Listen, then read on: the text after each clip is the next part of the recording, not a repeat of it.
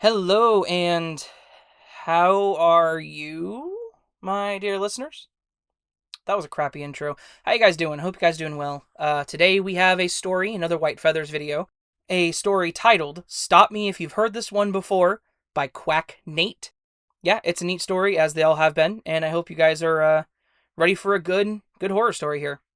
I'm not going to keep going on and on like I always do, so again, here's "Stop Me If You've Heard This One Before" by QuackNate. Enjoy. Good morning. The woman sat a tape recorder down by the bed and pulled up a chair.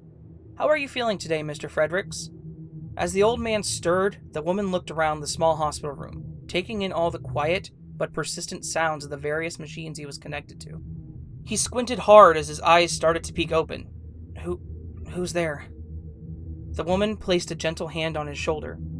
My name is Miss Fairbanks, and my employer has requested that I follow up with you regarding a few developments. The man coughed lightly as he sat up. Your employer, huh? Miss Fairbanks straightened up in her seat. Yes, he's very interested in your ability. Mr. Frederick slumped back onto his bed. Oh, that. To be honest, I'm not feeling especially well today. Maybe you could come back tomorrow. She leaned in. I don't think that'll be possible. A worried look crossed his face as she shot him a knowing smile. He coughed again, speaking through his fist as he caught his breath. I see. Miss Fairbanks adjusted the tape recorder, double-checking to make sure it was recording. Just start at the beginning. The old man rolled his head back and stared at the ceiling. The beginning, huh? Well, I guess that would be... I don't know if I was born with it. The ability you're asking about. You're asking about the... Miss Fairbanks leaned in. I think the science community calls it a quantum immortality. The belief that when you die, your consciousness simply switches to a different reality where you survived, but without you knowing. Mr. Fredericks chuckled. Without me knowing, wouldn't that be nice? No, miss. When I die, I'm shot back in time about 5 minutes, and I remember every... He started coughing violently before he could finish. Sir? Miss Fairbanks reached a hand toward his shoulder as he started shaking and mumbling. Bitch! He screamed it so suddenly and loudly. Miss Fairbanks nearly fell backward out of her chair. I'm sorry, sir, I didn't... He had pulled away from her and sat with his eyes locked on hers, with a terrified look on his face. It's okay, Mr. Fredericks. These things... He held his palm up towards her. Ask your fucking question. She sat back in her seat and straightened up. I see. So, the first time, Mr. Fredericks started to tear up. The first time, like I said, I don't know if I was born with it. I have to die to set it off, and it wasn't until my 20s. Until Julia... Miss Fairbanks leaned forward. Your fiancée at the time, yes? A cold look crossed Mr. Frederick's face. She was. I was 27, driving her around in my fancy new car. Some asshole just... He seemed to become lost in thought. He only what? His eyes flashed back to hers, then down as his face relaxed. He cut me off. Such a small thing. So... stupid.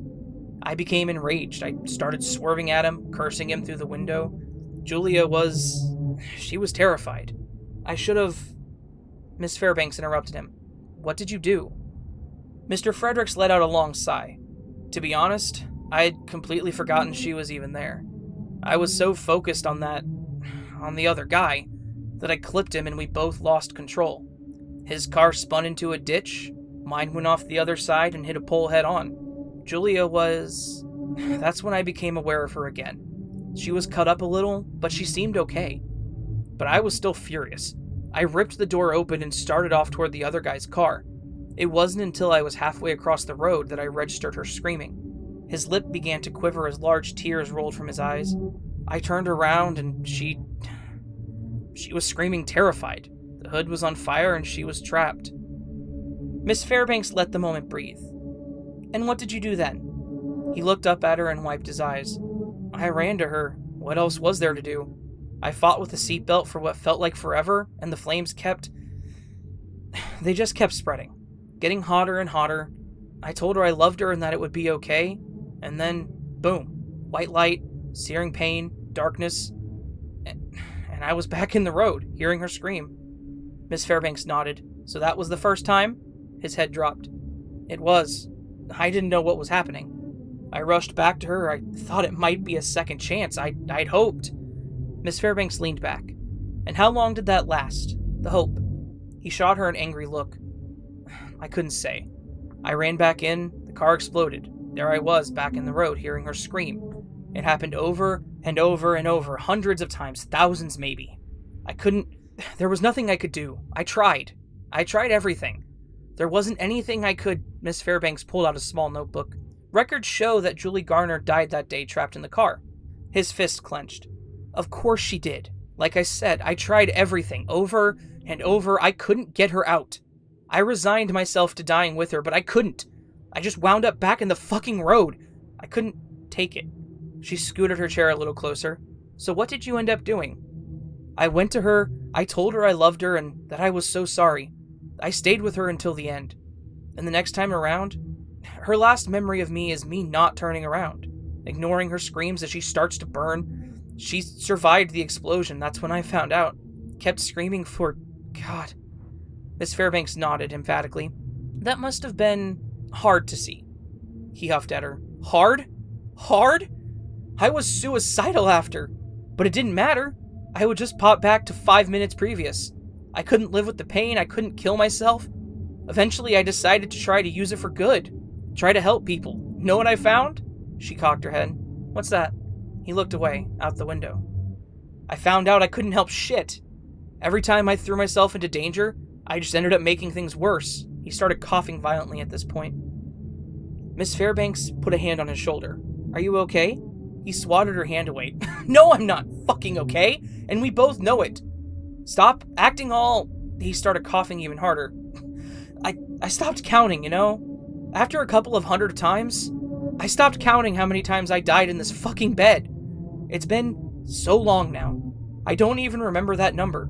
But you weren't always here. Just started being here, right in the middle of eternity. Now, how did that happen, huh? Where did you come from? Why do you make me tell you about Julia every time? Why do you hurt me when I won't cooperate? You son of... He collapsed back into his bed as his readings flatlined. Miss Fairbanks placed a hand on his head and smiled down at him before stopping the recorder. She collected her things, placed the chair back under the desk, and walked out.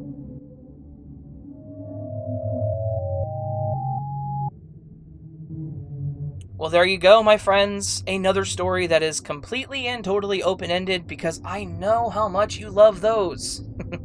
All jokes aside, that was a fantastic story, and a huge thank you to QuackNate for letting me read it.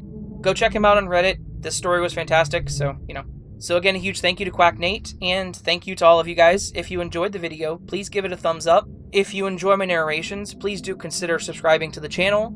I'm really, really grateful for each and every one of you.